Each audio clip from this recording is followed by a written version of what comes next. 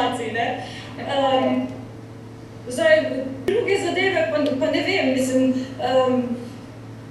lahko je vkrat na vrhu. Mogoče pustimo še publiki malček razmisleka, kakšna ideja med publiko? Evo, publika naj pomaga, prosim.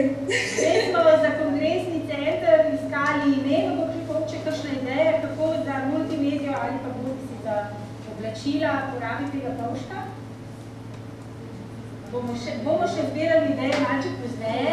Janko, merje tega ideje. Janko ima zdaj v roki žogico, pa nam povedal, kaj bi lahko on znotraj podjetja naredil s to žogico. Da slišimo. Predvsem me fascinira ta večnost te žogice v okolino, se pravi, glede na to, da delavce prehranimo, se pravi, tudi se zori na gusti nežno, na počutek prijetna, se pravi, drugi zadevi pa tudi ta nežnost, prijaznost mi pove, da naša odnos do naših kupcev, se pravi, tudi osebni kontakt, nežen, prijeten, dobro, se pravi, to mi daje nekako nagiba v razmišljanje kreativnih v to smer, sigurno pa s to žogico sigurno moji zaposleni, mogoče kako druge ideje, ampak sigurno v tem področju res ne bi preveč na obliko, tudi oblika je zelo kreativna oblika, brez obljubov, moja filozofija prehrane, sigurno jazna, prijetna za kupce, zelo polne energije in tako, da sigurno v žogice daje. Janko, boste v prihodnje mogoče uporabili to metodo na ključne besede, se pravi v znan problem, v znan izziv, vključiti neko na ključne besede, projekte, ki potem privedete skupaj s svojim timom do novega izdelka, a bodi si do novega odnosa ali do vašega odnosa do stranke? Sigurno bom naprej še te metode seveda se mi zdi zelo zanimivo preštudiral te metode in pa se malo poročil s te metode.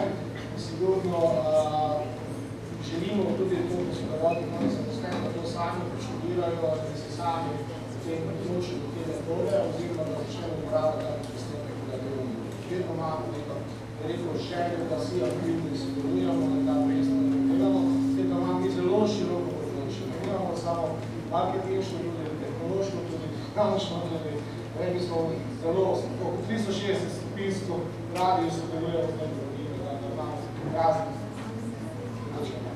No, Andrej, na nek se je ulica že skoro se grela. Andrej, kakšnega prebliska si morda pa še kakšne ideje, kam te razmišljanje pripeljalo?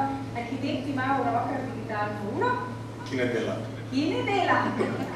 Ja, mislim, da se tukaj lahko iz tega naučimo na dveh nivojih. Eden je malo bolj transcendentalen, ura, ki ne dela, to nam dosti pove. To po eni strani pomeni, da kvalitete ni dobro meriti časa. Se mi zdi, da je to že kar vredno, da je to en fajn navod. Vsakim projektom se ukvarjamo toliko časa, kot je treba. Ne toliko, kot se splača, oziroma toliko, kot ura pokaže. In to se mi zdi, mora biti najboljši navod iz tega. Čas je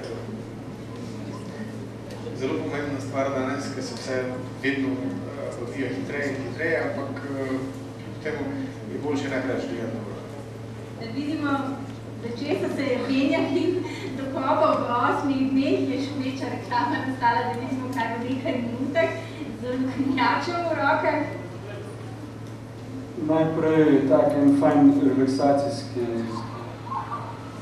pripomoček, da lahko stiskaš. Posebej, če si malo nervozen, pa ti je vroče, pa si lačen, ki so zdaj, kot gospod Janko razlagal v hrani pa v pisu. Mi je bilo še malo pojem. Potem zdi se mi tak ena zanimiva stvar, mogoče, ker prej smo se pogovarjali nekaj v banki, pa če kdo mogoče malo ena ideja, če kdo preveč troši na kartico, si jo lahko kar hitro odliči, pa še prešpara kaj. Lahko se naredijo okraske konfete, ne vem.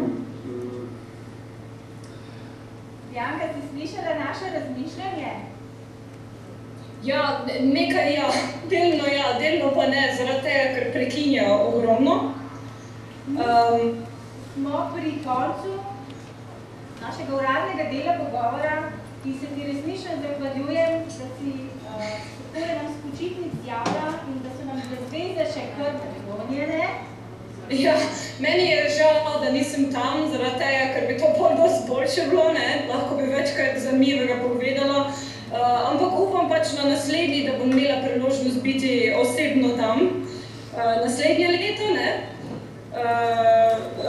Drugače pa vsem obiskovalcem želim res prijetne momente, da so se ogromno naučili in se dobili navdih, kako razmišljati.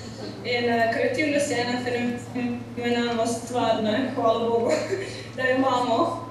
Janka je naredila namesto mene krasen zaključek, kar še ne pomeni, da ste še v pauzi prisrčno vabili za kakršne koli vprašanja sogovornici. Hvala lepa.